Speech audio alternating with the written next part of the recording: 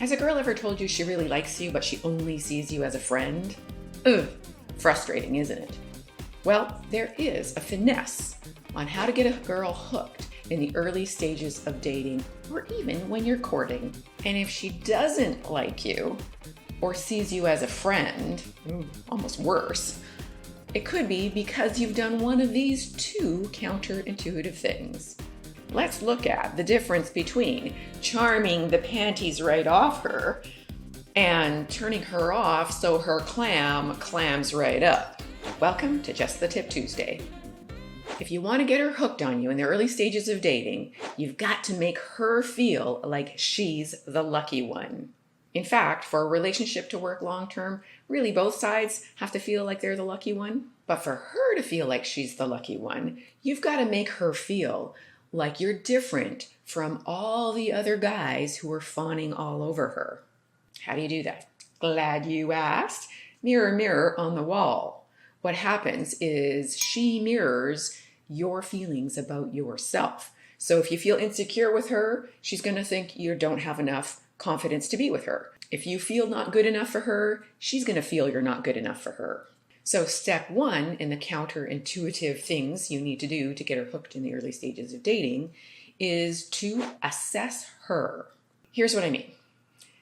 If you are showing any kind of interest, she already knows you're attracted to her. We automatically assume that a guy who is paying attention to us is attracted. That's how men work. You probably wouldn't spend too much time with her if you weren't attracted. Women know this instinctively. And if you already know her and you're spending time with her, then she also assumes you like her personality. So there's already an expressed interest in her. How do you get her to feel like she's the lucky one when you're the one interested in her? You assess her by assessing her value. In other words, you're qualifying her to see if she's right enough for you, if she qualifies for you. Essentially, what that does is psychologically retract your desire. It gives her something to work for. As you know, if you put her on a pedestal, she'll not only look down on you, but she'll not trust your judgment. Here's why. She knows she has flaws, but if you are ignoring those flaws, if you are failing to see them or not even wanting to look for them, she will assume you don't have standards. You're just desperate, needy, clingy, and have low self-worth. Desperate and needy equals low value. If you want to be a high value man, you have to have standards and you have to evaluate her in a way that makes her want to qualify for you. If you can acknowledge her flaws, she'll automatically be reassured that you're not desperate and needy and that you do have standards and that you are a high value man. Because the reality is, key point, we all feel safer emotionally with someone who actually sees the real us, flaws and all, and still actually wants us. Maybe even wants us more because of those particular quirks and peculiarities. So if you acknowledge her flaws, bring them to her attention in a specific way, stick with me, don't be so impatient, come on now, this is important, then she will feel safer with you and more connected and bonded with you. Assessing her means your primary question that's always in the back of your mindset is, does she qualify for me? You are the prize. She knows you're physically attracted. She might even know you like her personality. But if she thinks her beliefs, values, or personality, if you don't know her, is still under review, she'll respect you more and want you more. High value men practice discernment because they know their worth and they know there's another bus coming around the corner. And it might be a luxury bus. Low value men don't practice pre-qualifying because they don't know their own worth and they don't trust there'll be any bus they can get on, never mind a luxury bus. Bus being a high value woman. And at the same time, you don't try to act superior to her because you have no need to. Stick with me because I'm going to give you some examples of what this looks like in the real world right after I give you tip number 2 to get her hooked in the early stages of dating. Assessing you. Self-assessment. So you're going to handle her flaws and weaknesses with gentleness, but you're going to handle your own with strength. Here's what I mean. Because you know your worth as a man, you're not afraid to talk about the areas where you fall short, your so-called flaws. Key point, you don't feel the need to hide them, and therefore she doesn't feel the need to find them. You can talk about your flaws in a non-apologetic way because you know everybody has flaws, and you don't feel diminished by yours. Bonus point if you're actively working on improving in those areas, especially areas where a woman would need to feel safe with you. A man who can acknowledge his flaws and take responsibility for them makes a woman feel emotionally safe. Women's primary need is to feel emotionally safe. So talking about your flaws in a way that is both self-aware but also self-respectful is definitely a way to get a woman hooked on you in the early stages of dating, because other guys don't do this. They try to hide their flaws. But if you can talk about yours, then she automatically trusts that you're not going to pull a bait and switch on her. And, key point, she'll be less inclined to actually look for flaws. Instead, she'll focus on your great traits, and they'll be magnified.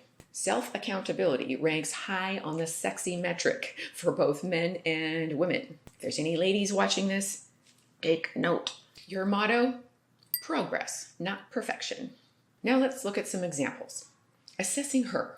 You want to make sure that you're not coming across as sarcastic or judgmental. You can even ask her what she sees as her flaws. And if she jokes and says she has none, you can say something like, "Oh, looks like we've already uncovered one." But let's say she does reveal a flaw. Maybe she says, "Oh, I'm terrible at budgeting." Some of us are terrible at budgeting. Do not let her off the hook, ignore it, bypass it, or just let it slide. This is an opportunity. Key point. A lot of guys might ignore something like this because they're afraid that if they acknowledge it or bring it up or test her on it, that she's going to get turned off and not want them. This is the counterintuitive part. No, it shows her you have standards and see the real her, flaws and all. So you need to address it gently but realistically. You can say something like, "Sounds like that's not working out for you. What are you doing about it?" You're not judging, you're assessing. You have standards. Now let's look at assessing yourself examples. So when you're assessing her, gentle. When you're assessing you, strength. Gentle with her equals non-judgmental. Firm with you equals responsible. Remember, responsibility and accountability rank high on the metric of sexy. And making her feel safe. Let's look at the same example used on you. So let's say you say something like, "I tend to live in the moment. I'm not in debt, but I haven't saved as much as I probably want to. So I ...